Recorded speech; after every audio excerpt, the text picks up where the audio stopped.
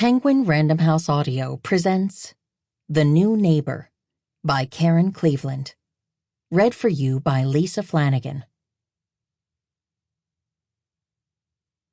Every man is surrounded by a neighborhood of voluntary spies. Jane Austen. Prologue.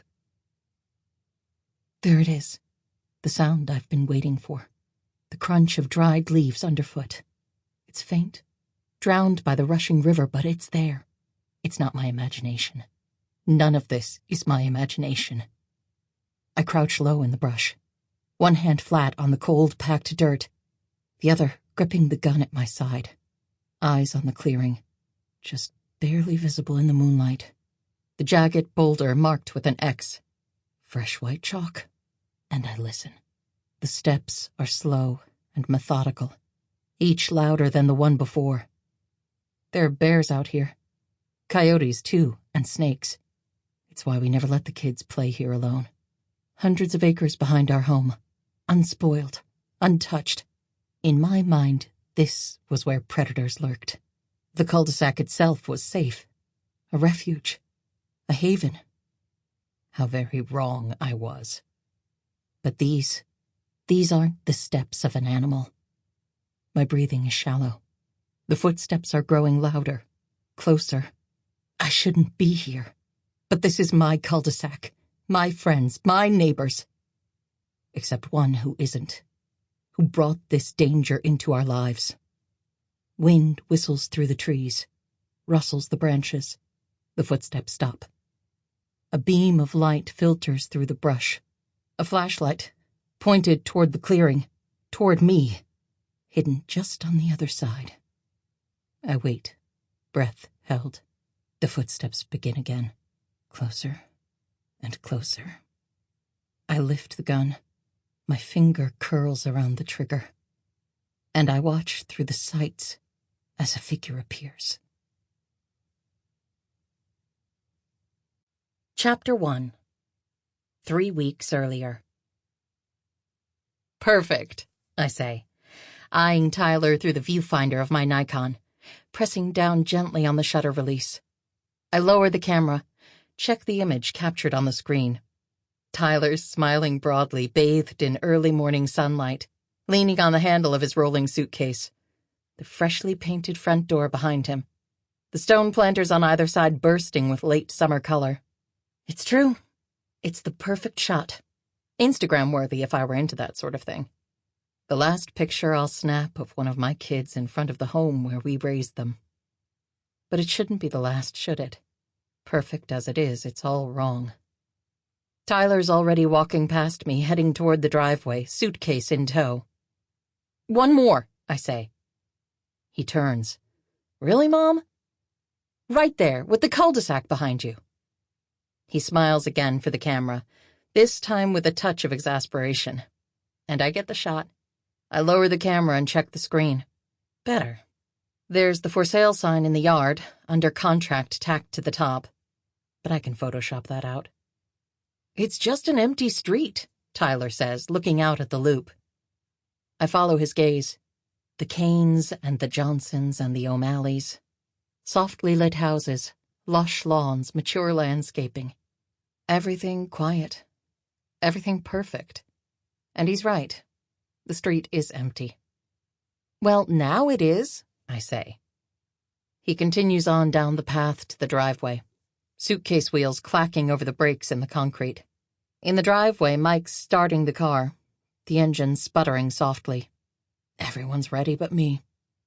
I'm still staring at the loop of pavement, and in my mind's eye it becomes full again. Figures appear, almost ghostly at first, but gradually coming into focus. Children on bikes, some still with training wheels, others drawing with sidewalk chalk. The younger ones toddling around, unsteady on their feet. Their mothers sitting in lawn chairs arrayed in a half circle, chatting and laughing. Mom! Comes Tyler's voice from the driveway, and the figures vanish. The cul-de-sac is empty once again. Coming! I start walking toward the driveway, and can't help but steal one last glance at the street. That scene was so clear in my mind I would have sworn it was real. It's a 2.5-hour drive to the University of Virginia. Another half-hour to wait for a parking space to open up. When it finally does, the three of us make our way to Tyler's dorm, an old brick building near the center of campus, past a courtyard with big shade trees. The room itself is small, a typical dorm room, with 2 of everything. Extra long twin beds, desks, dressers, all the furniture solid and well-worn. We're the first to arrive. I start unpacking while Mike and Tyler head down to the car for more boxes. Place stacks of clothes into the dresser drawers, books and school supplies on the desk. I'm placing a couple of pairs of shoes into one of the small closets when they walk back in, maneuvering the TV box through the door. "I don't need you to unpack," Tyler says to me as they set down the box on the carpeted floor, leaning it against the dresser. "I want to." The door opens before he can object, drawing our attention. A skinny teenage boy with a smattering of acne stands in the doorway. Must be the new roommate. He and Tyler have chatted online, followed each other's social media accounts, but they haven't met in person yet. "Hey," the boy says, lifting a hand awkwardly. "Sweetheart, can you walk all the way through the door, please?" comes a terse voice behind him. He steps forward into the room and a woman follows, giant-sized Target shopping bags in each hand. 2 blonde grade school-age girls trail behind her, sullen looks on their faces, bickering. She shakes her head at me. "Kids," she rolls her eyes, then adds, "Hi, I'm Beth." "Well, that'll be easy to remember," I say. "I'm Beth, too." "No way!" She must be the mother, but she's young. Mid to late 30s, maybe. Tight-fitting workout clothes, hair that looks freshly styled, flawless makeup, not that she needs it. I'm instantly conscious of my own appearance. Loose-fitting clothes, air-dried hair, chapstick, and my age. I have a decade on her at least. We might have the name in common, but the similarities end there. "Where are y'all from?" she asks. "Near D.C. McLean." I watch for any spark of recognition. In the D.C. area, McLean is synonymous with Langley, which inevitably leads to questions about the CIA. Fortunately, though, her expression remains blank, and I don't need to be evasive about my career. "What about you?" "Richmond." One of the girls elbows the other, who instantly shouts, "Mom!" "Girls, cut it out," she says curtly. Then to me, "I should have brought their iPads." The room, already small, now feels almost claustrophobic. The 2 boys are helping Mike pull the TV out of the box. There's barely room for the 3 of them between the 2 beds. "It's a madhouse out there," she says to me, moving the shopping bags to the unclaimed side of the room. "Sure is." "Would have left earlier if I'd known." She shakes her head. "Rookie mistake." I smile. She reaches into one of the shopping bags, pulls out an unopened set of sheets, then a new pack of smart plugs, the same kind the kids talked us into getting at home. Everything's controlled with a voice now or an app. "Is this your first time, too?" she asks.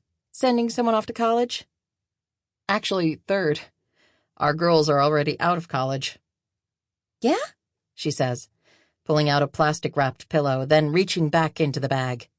It looks like she raided the back-to-school section of the store. "What are they doing now?" "My oldest is a teacher. She just got married in June." "No way." She pauses and looks at me, a boxed Bluetooth speaker in her hands. "Gosh, you might have grandchildren soon." The words are cringeworthy. I'm not old enough for that. And Aubrey's too young to be married, let alone have kids. I mean, she's the age I was when I had her, but still.